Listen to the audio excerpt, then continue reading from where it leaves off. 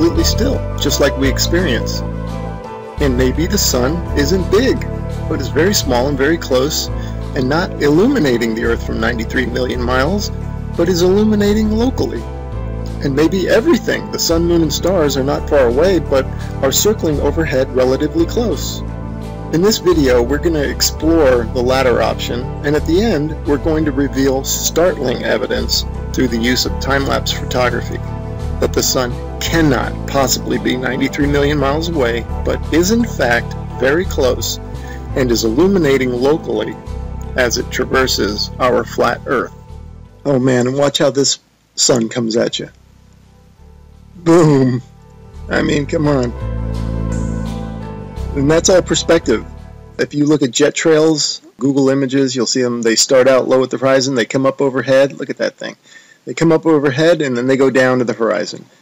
Perfectly explains what the sun would do. Here it is going overhead.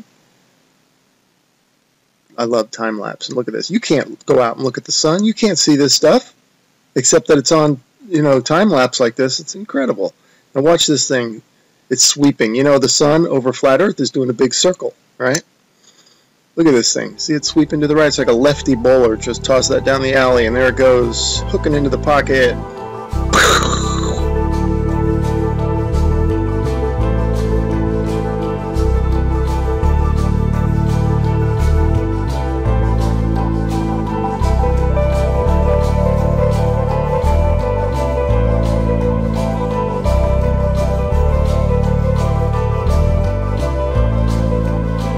See how the clouds angle down to the horizon. Nice shot of it there. That's exactly how the sun would do on flat Earth. Okay, back to the Copernican principle, and this is what they tell us. The sun is 93 million miles away. Now, I'm going to show you evidence through sunsets that shows the sun light following the sun over the horizon, and it shrinks as it goes over. Now there's no way it would do that if the sun is 93 million miles away. Okay, first I'm going to show you some footage from the ISS.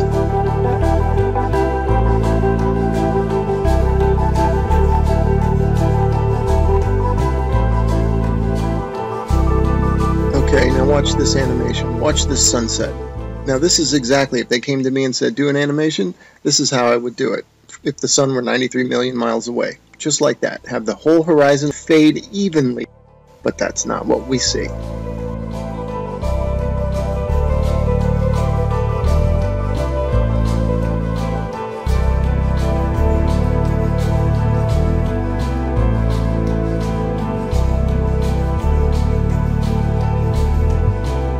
Okay, wow, look at that. Look how the light lifts off the ground like a big wedge, or like lifting up a sheet of paper. That's incredible footage. Definitely the light's following the sun, right? Okay, next I'm going to show you how a sun that is circling over the Earth, that creates the horizontal aspect of the sun. If you combine that with perspective, which creates the up and down of the sun, the rising and the setting, you get the 23.5 degree tilt that they talk about. It's nothing but perspective and the circling sun.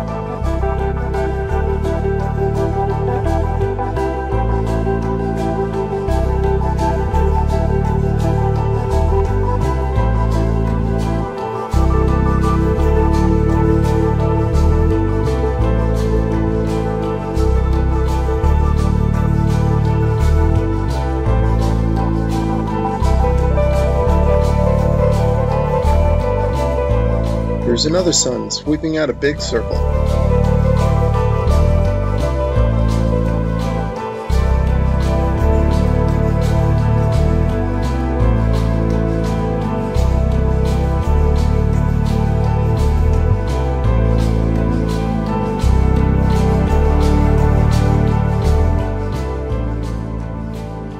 Okay, here's a phenomenon that you might be wondering, how in the heck do you explain this on a flat Earth? Well, this footage is taken from Alaska during the summer, and the sun does look like it's going up and down. The reason it's doing that is that this town in Alaska is not in the center of the sun's circular circuit. In other words, the sun is making a big circle, and the town is not in the center of that circle.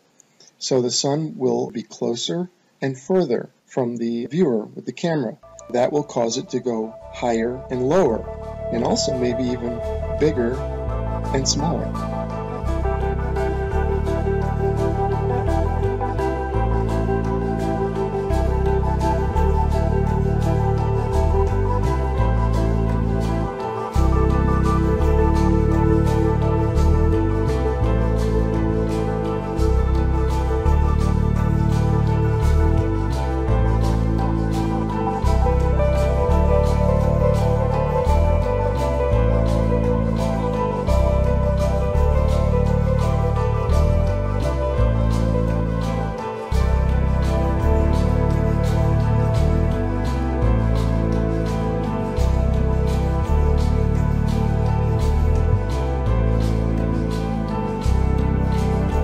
Look at the high altitude airplane. Remember, this is from a high altitude balloon, so that airplane is probably at cruising altitude.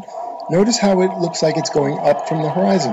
That's exactly how the sun will rise, because that plane is staying parallel to the ground. And now watch, it'll go down to the other horizon.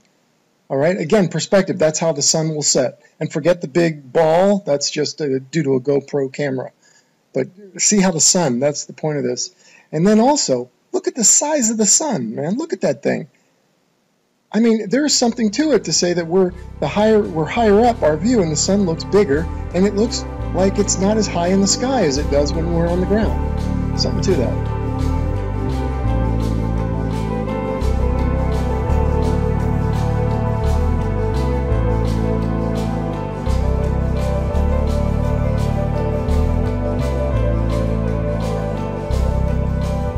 Let's explore this notion a bit further, that the sun looks bigger when filmed from higher up. The next 3 slides, I'm going to do a comparison, a side by side. The one on the left, the camera is above the clouds. The camera on the right is ground level.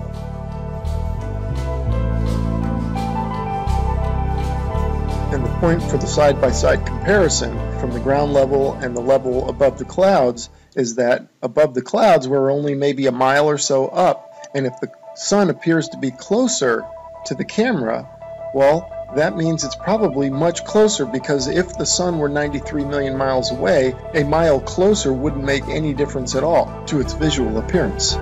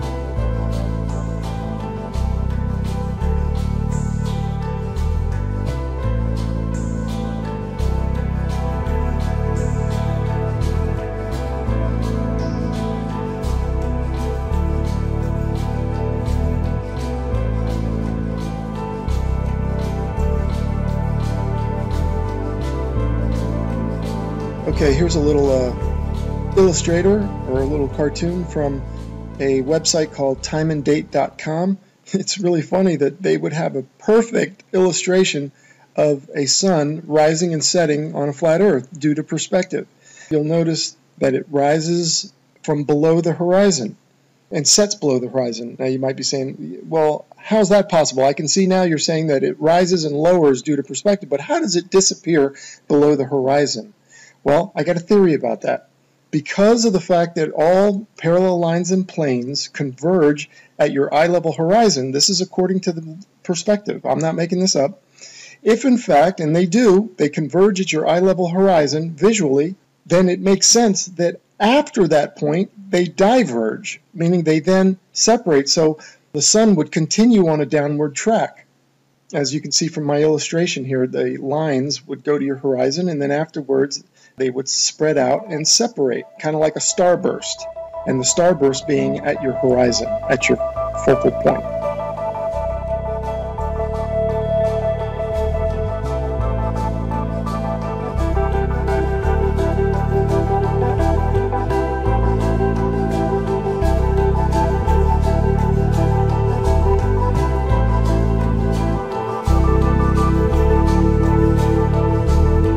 Anyway, without further ado, we're going to start talking about, and I'm going to start showing you the time lapse of the sunsets that I'm talking about that clearly show the sun is close and illuminating locally. Here we go. All right, and here are a couple of time-lapse sunsets, and just like the sunrises at the beginning of this video where you could see the sun coming at you, not maintaining any 93 million mile distance, here you can also see the sun moving away, and it's clearly not due to the rotation of the Earth and a sun that's maintaining 93 million miles away, but the sun is moving over the Earth and moving away from you.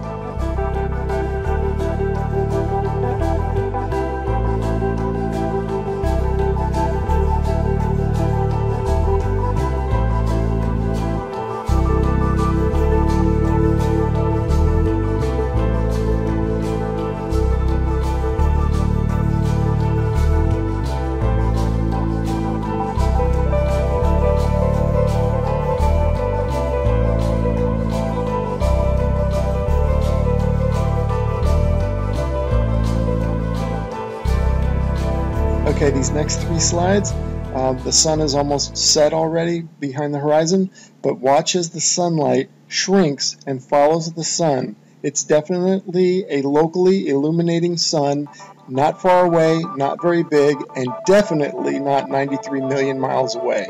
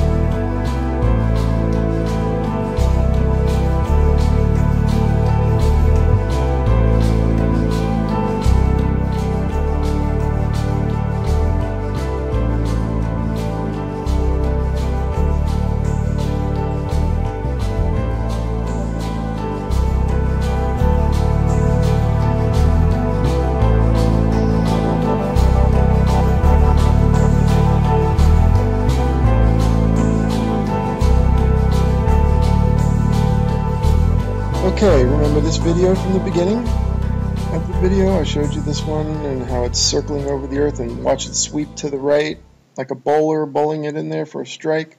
Okay, now I want you to pay attention to the way the light follows the sun. The sunlight's going to shrink, right, as it follows the locally illuminating sun.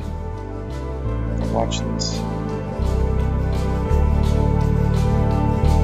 See it shrinking, following the sun? You do not get that if the sun is 93 million miles away. The entire horizon should fade evenly, just like this supposed shot taken from space of the Earth. You can clearly see the way they depict it. They depict the demarcation between day and night, or light and dark, as a long straight line. and you can see the long straight line moving as one solid piece. That means that the sunset should all fade, the entire horizon should fade evenly, but that's not what we observe, as we will see and as we've seen in the footage so far. The sunlight shrinks and follows the sun over the horizon. So these time-lapse sunsets are definitely the nail in the coffin for heliocentrism, but this particular one here, shot from above the clouds from this observatory, is the final nail in the coffin. Look at how the sun just shrinks and the light shrinks to nothing. That cannot happen, as I showed you in the when the sun illuminates the entire Earth, which it does from 93 million miles away. It has to. You don't get this isolated look at the sunlight trailing the sun. That's only possible with a small sun, close, not very high, illuminating locally.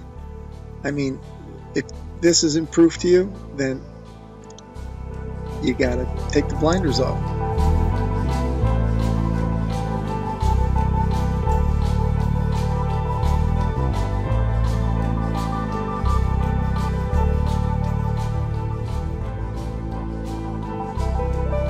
Okay, and finally I want to show you some examples of local illumination, or a city in the background. This is from Grand Canyon National Park. You can see Las Vegas is one of them. You can see the stars going down, so you know that's not the sun. That's the glow of Las Vegas, it says. You can see that's local illumination. I'm just making an example showing you here's Tuba City and a little bit of Flagstaff. Now, in this one here, you see two lights. Obviously, we don't have two suns, but these are two cities lit up, and it's just to show it looks just like the sun going over the horizon. That's the point of me showing that. That's local illumination at work. The sun is not 93 million miles away, because if it was, the entire horizon would fade